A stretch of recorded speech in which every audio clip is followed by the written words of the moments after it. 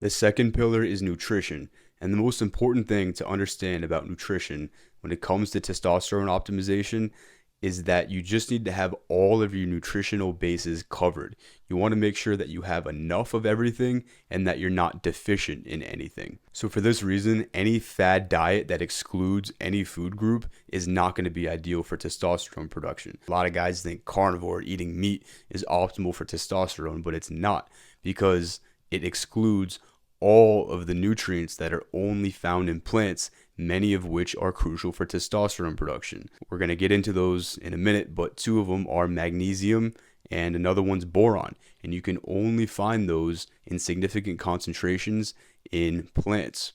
The other thing that's important about plants is the fiber content. So fiber from plants feeds your gut bacteria, and they've found in studies that gut dysbiosis, so not having a healthy gut microbiome, leads to lower testosterone production. So carnivore is not ideal for testosterone. There was actually a study that specifically looked at this, and they called it a high protein diet, but it's just a scientific phrasing for essentially the carnivore diet, because it's not a scientific term.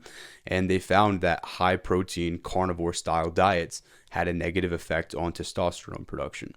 The keto diet is also not optimal for testosterone production because keto excludes a lot of food groups that have healthy nutrients in them, but also because the general theme of testosterone optimization, as far as nutrition is concerned, as we said, is having enough of everything. And if you don't have enough carbs, your body will take that as a message that you're deprived. And when you're deprived, testosterone production is not optimized. The other problem with the keto diet is that your body needs carbs to fuel anaerobic exercise. And anaerobic exercise is exactly the type of exercise that you need to be doing for optimal testosterone production. So that's those exercises that are heavy compound lifts or utilize the fast twitch type 2 muscle fibers that we talked about before. All of those are fueled by carbs. So if you cut your carb intake to zero, your body won't have anything to support that type of exercise, which you need for optimal testosterone. Now, yes, for the scientifically inclined people out there, your body can technically break down protein and convert it into sugars and carbs, but the problem then is that your body can't use that protein to build muscle. So carbs in this way spare protein from being broken down as an energy source so that they can be used to build muscle. You're also going to want to avoid all processed food. So any food that comes to mind when I say junk food, avoid it. Chips, candy, soda, cookies, pastries, none of that. Not only is it all packaged in plastic, which is bad for your testosterone, we'll talk about that later. Processed foods also contain a lot of artificial additives like preservatives and dyes that are just toxic to the body in general. And the theme I want you to take away from this is anything that's toxic to your health or your body is bad for your testosterone production. In addition to that, junk food, super high in calories, has no nutritional value. You aren't getting any micronutrients like vitamins and minerals when you eat junk food, so it's just empty calories. And junk food usually has really high levels of sugar. And when you eat a lot of sugar, this spikes your insulin to levels beyond the natural level that it normally gets risen to.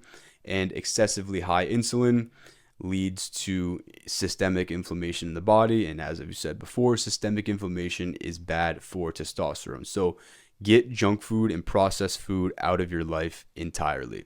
You're also going to want to eat zero fast and fried food. There's a lot of reasons for this. Part of it has to do with, yes, the seed oils. Seed oils are not only unstable, so they break down in the body and create free radicals. And this causes inflammation in the body. That's a whole nother story. But yes, junk and fast food is latent with seed oils that cause free radical inflammation, which is bad for everything in the body, including testosterone. And the other problem with seed oils is they throw off your omega-3 ratios. So you might have heard the importance of omega-3 fats. There are also omega-6 fats in the body, and these need to be in the proper ratio. But seed oils are extremely concentrated sources of omega-6s. And since seed oils are in so many foods in high concentrations, most Americans have an imbalance in omega 3 to omega 6, and this leads to systemic inflammation, which is bad for everything, including testosterone production. For all of these reasons, I am of the conviction that the paleo diet is the best diet for testosterone optimization. If you've never heard of the paleo diet, it involves eating in a way that replicates what our human caveman ancestors would have eaten. So if you aren't aware, for about 99% of human evolution, our ancestors were hunter-gatherers, and our genes, our DNA, are still wired this way. So it makes sense to eat in a way that's aligned with how our ancestors evolved, and this is called evolutionarily consistent eating. In addition to that, the paleo diet doesn't exclude entire food groups like vegan and carnivore do. The only foods excluded in the paleo diet are the artificial processed foods that didn't exist in the pre-industrial area, which you should be avoiding for optimal testosterone production anyway.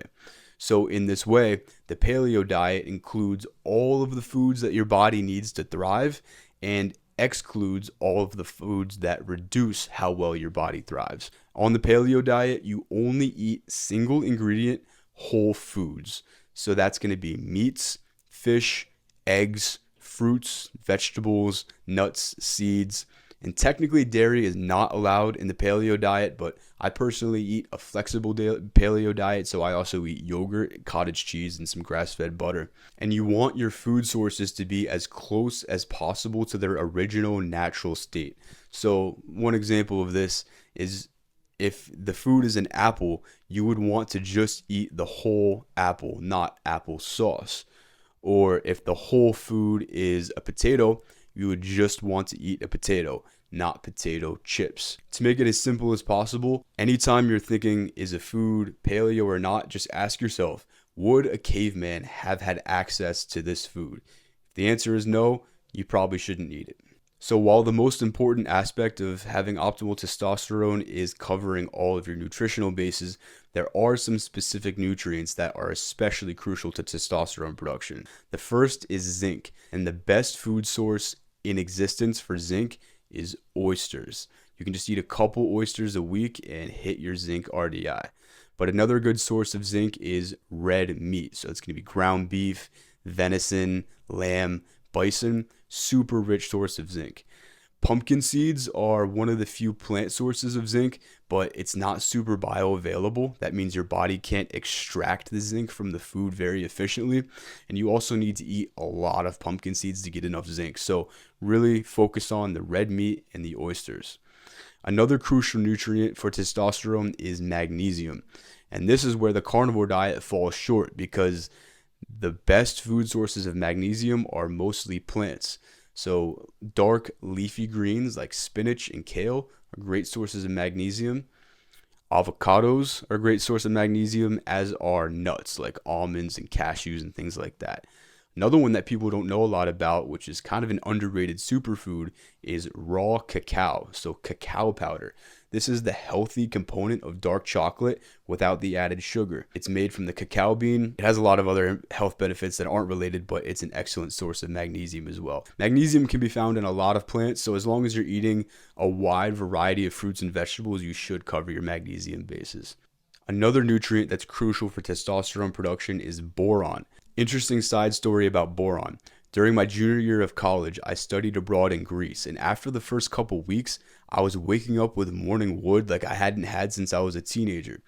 And it's also been shown in studies that men in the Mediterranean region have higher average testosterone levels. And part of the reason for this is because the soil in the Mediterranean region is rich in boron. So the best food sources of boron are fruits that are grown in the Mediterranean region. So you're going to want to look for things like grapes, prunes, dates, apricots, and figs. Now, a lot of these will be grown in California because it mimics the Mediterranean region in the US, and those still do have some boron. These foods contain boron naturally, but your best bet is to find sources of these foods that were grown in the Mediterranean. My favorite and the most common of these that you can find in the United States is Turkish figs. But saturated fat and cholesterol are crucial for testosterone as well. Saturated fat gets converted into cholesterol, and cholesterol is the backbone molecule of testosterone. Testosterone is quite literally made from cholesterol. So best sources of cholesterol are eggs. Best sources of saturated fat are red meat and full fat dairy. The nutrition pillar wouldn't be complete if we didn't touch on supplements. And when it comes to testosterone, there's a lot of noise out there. But there's really only 4 supplements that have been proven to have a significant effect on testosterone. The first is Tongat Ali, aka Long Jack. Tongat Ali helps your body optimize the processes that lead to testosterone production, but Tongat Ali is most effective in men who already have low testosterone and in men who are in a calorie deficit. So when you're in a calorie deficit, the further down you go, your testosterone levels start to lower just a little bit. And since I'm cutting right now, I always take Tongat Ali when I'm cutting to keep my testosterone levels up while I'm cutting. The second one I don't have with me today, but it's called Fedogia agrestis. Fedogia agrestis tells the pituitary gland to secrete more luteinizing hormone, and luteinizing hormone travels down to your testicles, binds to receptors there, and tells your testicles to produce more testosterone. Tongat Ali and Fedogia agrestis might increase your testosterone like 1 to 300 points. You can stack them, but it's probably not entirely necessary if you're following everything else I say in this video. The third is actually creatine.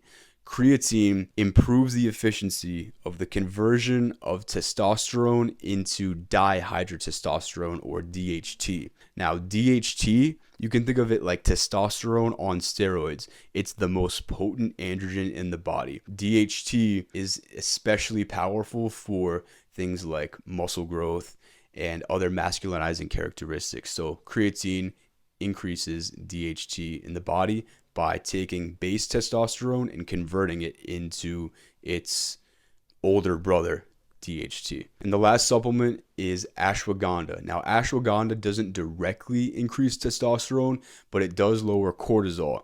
Cortisol, we're going to talk about that more later, but it's the stress hormone, and it essentially competes with testosterone for binding. Cortisol gets in testosterone's way. So since ashwagandha lowers cortisol, it frees up testosterone to bind more efficiently.